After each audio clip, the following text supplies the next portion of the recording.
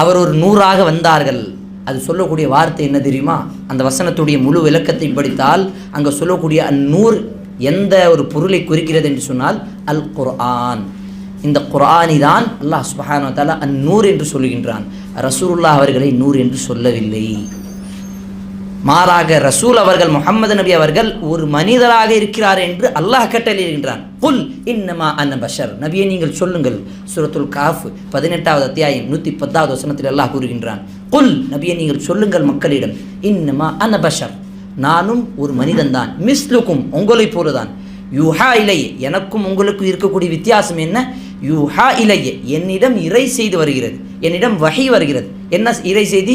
அன்னமா இலாஹுக்கும் இலாஹும் வாஹித், வணக்கத்திற்குரிய உண்மையான இறைவன் அல்லாஹ்வை தவிர வேற யாரும் இல்லை என்று அந்த இறை செய்தி என்னிடம் வருகிறது, உங்களிடம் வரவில்லை. அதுதான் எனக்கும் உங்களுக்கும் இருக்க